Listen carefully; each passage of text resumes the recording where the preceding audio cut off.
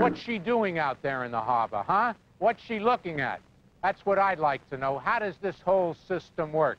What makes it go round? Isn't that why we go to school, read the newspapers, throw the I Ching, find out how the system works? That's what we want to know. Well, I'll tell you, poor people are what make the system work. Poverty is the fuel. Without poverty, nothing would go round. Poor people are the root, and prosperity is the blossom. America. Merrill Lynch is bullish on America. Naturally. The way the bread is cut, the top 2% of the country owns 80% of the stock, 90% of the bonds, and 100% of those wonderful tax-free bonds, while 50 million Americans live in poverty or at the edge.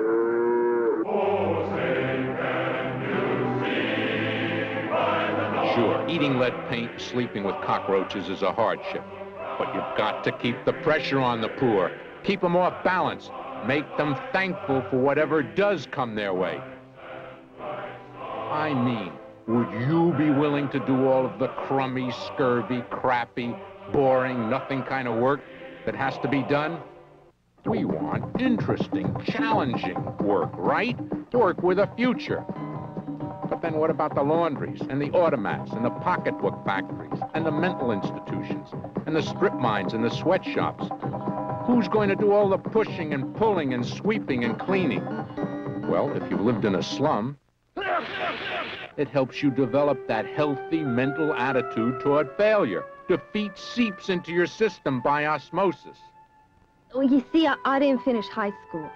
Well, really, anyway, I want to be a TV star. But this job here at Woolworths really ain't so bad. I mean, I just couldn't concentrate in high school.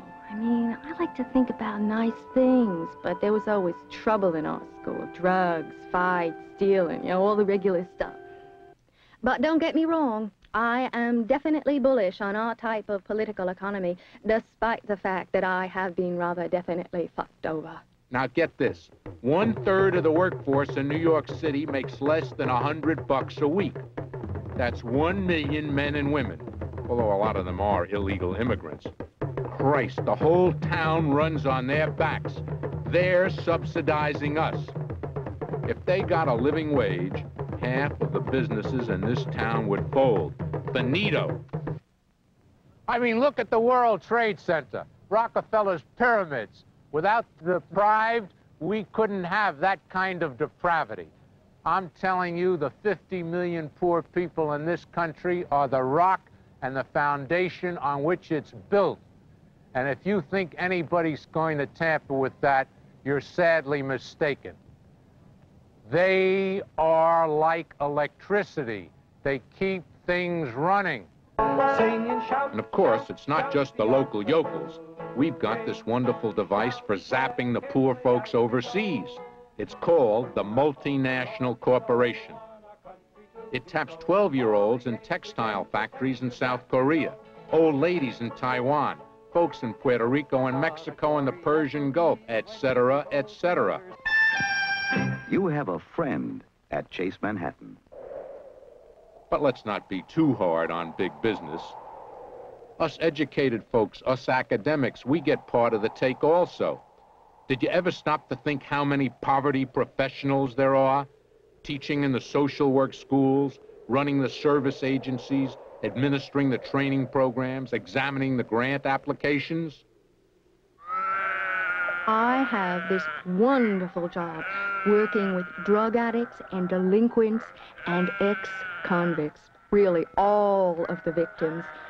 It's a real challenge, and we're not afraid to experiment when it comes to helping them. We're very creative. You know, we've used, my dear, puppets, primal screaming, TM, you know, transcendental meditation, and role-playing, sensitivity sessions, and if our budget were only bigger, I think I'd introduce natural foods. Christ, keeping the poor poor and then catering to them is a basic American industry, much bigger than General Motors or IBM. If everybody had a job and got a decent wage, don't you see what would happen? You'd knock the bottom out of the prison reform business, the social work industry would go bankrupt, and police forces would have to be cut back. And you'd absolutely destroy documentary filmmaking and bleeding heart journalism. That happy hooker gets book contracts, and all I get is busted. It costs $10,000 to keep a girl in the slam for a year. Why don't they just give me the $10,000 and I would go around the world? And remember, poverty is also vital to the military-industrial complex. Our national defense depends on black lung, Appalachia, Harlem, and lousy wages.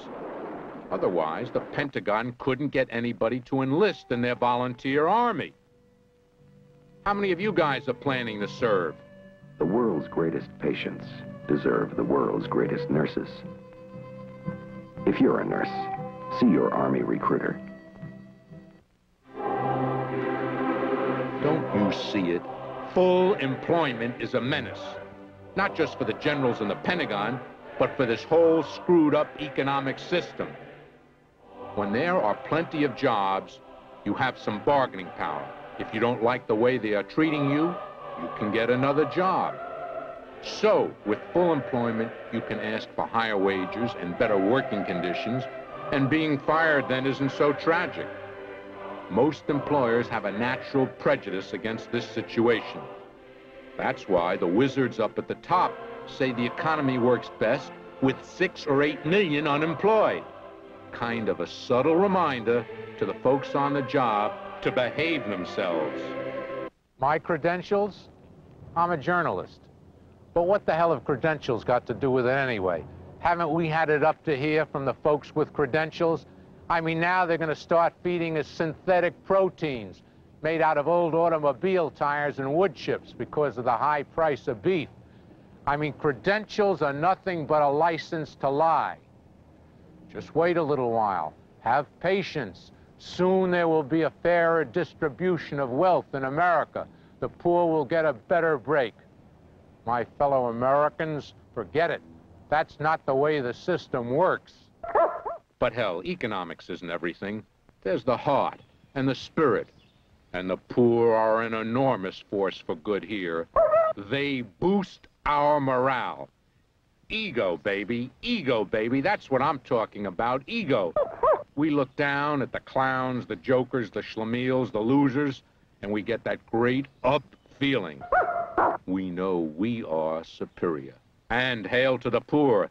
They make the mighty and the wealthy, the tycoons and the titans, feel even better.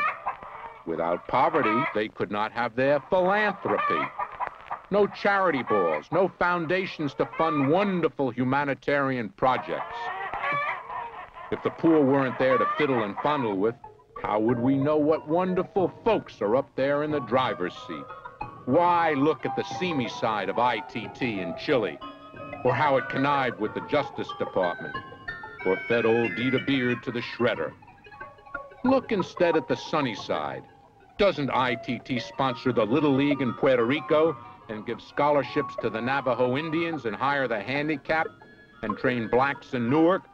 Doesn't it down deep really have a conscience? Doesn't our system itself have a conscience?